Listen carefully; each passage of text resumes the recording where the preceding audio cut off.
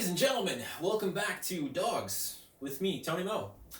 You know, guys, I've been in kind of a dark place. I mean, emotionally, like just dealing with happiness when it comes to work for probably the last 3 weeks or a month. And I was gonna make a video and just sit down and vent about it, and I realized how much I hate that. So just like I'm totally gonna hide under your butt right now. I don't want to talk about that stuff. I don't want to talk about how I feel like the community side of the industry is doing right now, because I hate all of it. I hate it with like a deep, deep passion. I hate the hyperbole. I hate the doom and gloom, the thought that the industry is falling apart and everything is worse than it was in the past, when there's so many amazing games out there. So rather than just, I think, further looking at that negativity or accepting it even and trying to confront it, I'm gonna do what I always do. I'm gonna throw it into a pit of lava and then put a block of obsidian over the top of it in Minecraft fashion. And instead, we're gonna talk about Nerese, because I've never actually done like a full video with her. I've never really sat down to talk to you guys about Nerese and her story and where she came from and how we got her. So I felt like that would be a fun thing to do, and also far more positive and healthy for all of us. So Nerese, Assis, good girl.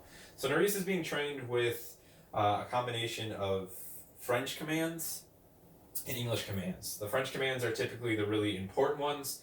Like, I still use come with her, but come is more of like a, we're in the same room together, and I'm like, here, go over there.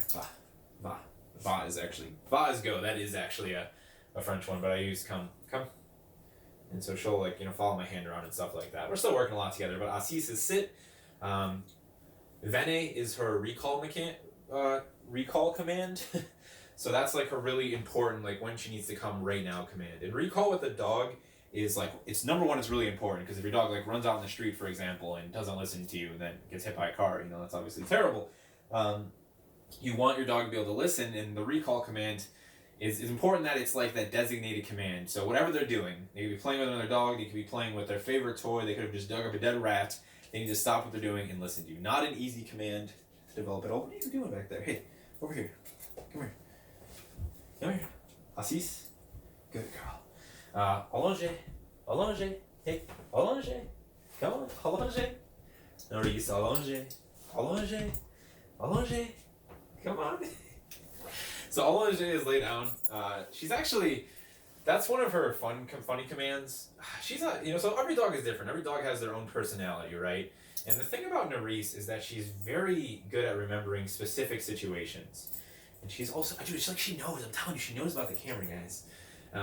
So there are certain areas in which she'll be less receptive to certain commands, which is something I've been trying to work on with her. Like allonge is to lay down. She'll do it in her bed, she'll do it on our bed, she'll do it on the couch, she'll do it on the blanket. But if she's on a normal floor, she's like, I'm not laying on the floor. What are you trying to get me to lay on the floor for, human? So I always thought that was funny, but we gotta work on that one with her. So let's talk about her story, actually, before I just talk about how I train my dog for a million minutes, because everybody has their opinion on how to train a dog. So we were looking at a dog. Right before we got her, we were pretty serious, and I was actually looking at a Belgian Malinois. I was looking at some other high energy dogs like we ended up getting with her. We almost thought about Australian Shepherd for a second. Australian Shepherds, honestly, I still want to own one in my lifetime. My parents have Athena, was the Australian Shepherd that when I was still living there, and they're incredibly intelligent dogs, like unordinarily intelligent, super human, super doggo, if you will, in their intelligence and their ability to just recognize what a human wants before they're even trained, which I always thought was really, really special. But anyways, we pretty much had called it quits. Belgian Malinois were hard to find around here. Doberman Pinscher was another high-energy dog I was looking at for training, and we just kind of were like, let's just wait till next year, right?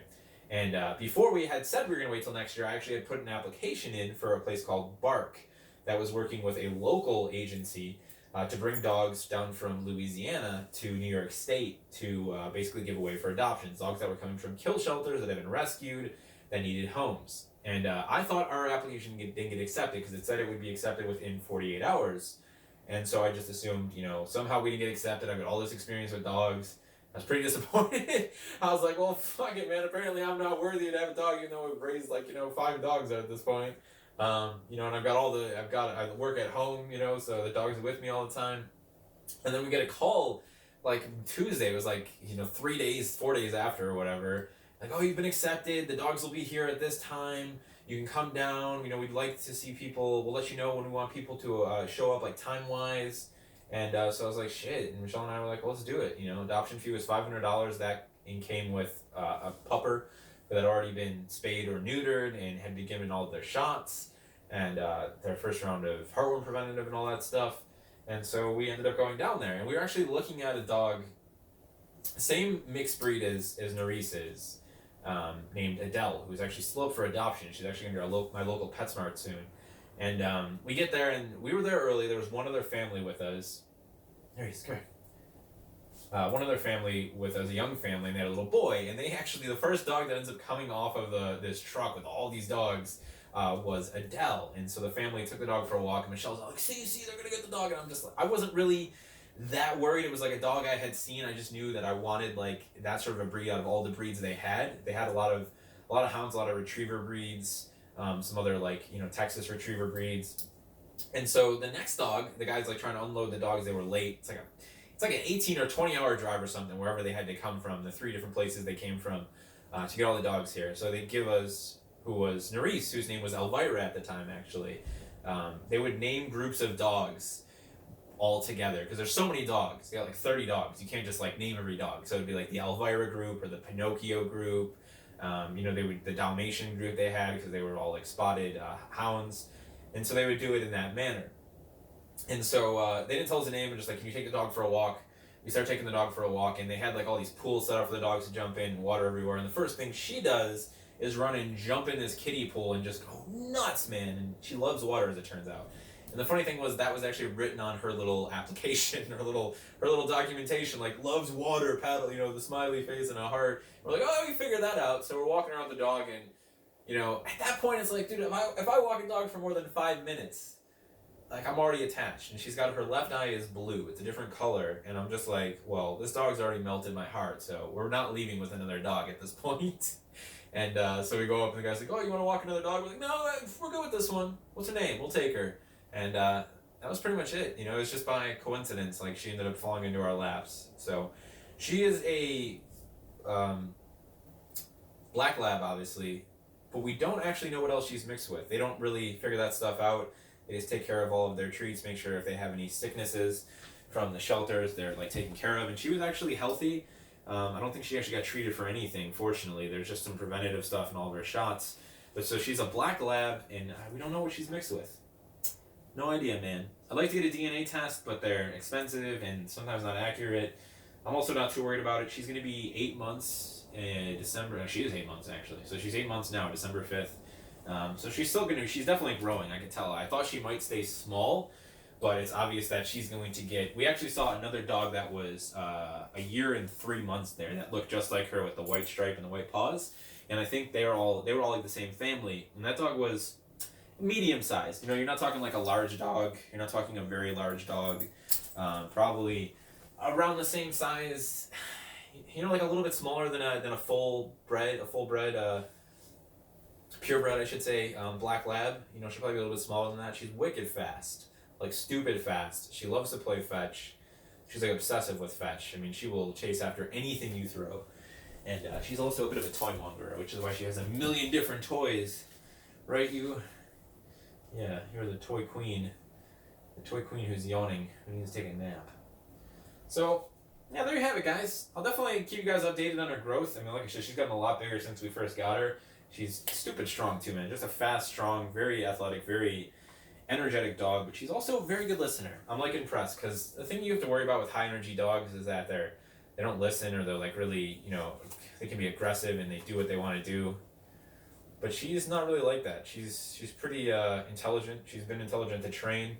We had some issues potty training her just because she spent so much time in a kennel, likely alone. She definitely is a little bit wary of humans, as you can imagine, being in a no-kill shelter, where the people in the shelter weren't necessarily bad people, but those places are usually very poorly ran in terms of budget. Like, they don't get any money from the state. They've got no money. They've got to kill dogs. Those people are in tears who work there. They don't want to. There's just so many dogs in some of these places. And where she came from in Louisiana, they have a huge problem with strays there. Just too many dogs being bred, and then they don't end up having homes. So I'm happy that we got her, and I'm happy that we I'm not as obsessive as some people are with like, get a shelter dog, you know, don't buy a dog, because there are dogs being bred every single year, and if that dog goes to a bad home, then maybe that'll end up a shelter dog. You know, I would just say, if you get a dog, regardless of what you do, obviously take care of it, you know, make it a part of your family and train it well. It's the most important thing. A lot of people get dogs and they baby them to death, and the dog is like spoiled and pissy. Like, training for a dog is super important to its happiness. I mean, think about a human with no purpose who just sits around and watches TV and drinks booze all day. They're fucking miserable.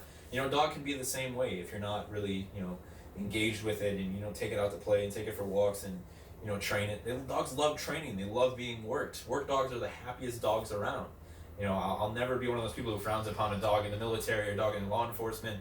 You know, even if that dog's life is cut short, chances are that dog probably leaves a better life than the dog that just sat on the couch and got fat and you know, ended up dying of cancer or some awful disease because it was unhealthy, you know, 2-3 years before it could have. So there you have it, guys. Nerese, a wonderful little pupper.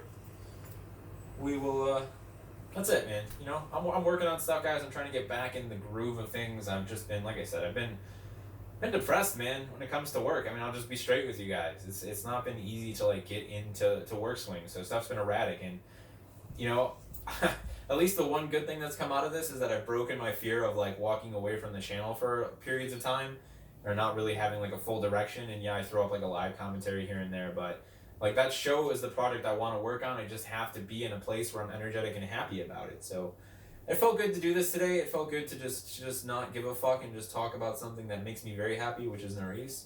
And hopefully you guys can find some positivity this week amongst, you know, just a community and industry that just seems to be loaded with negativity. And, you know, I understand some of it's rightfully placed, but a lot of it is just like, man, can we talk about the stuff that's going well in the industry? There's a lot of great games being made. There's a lot of great games that were made this year.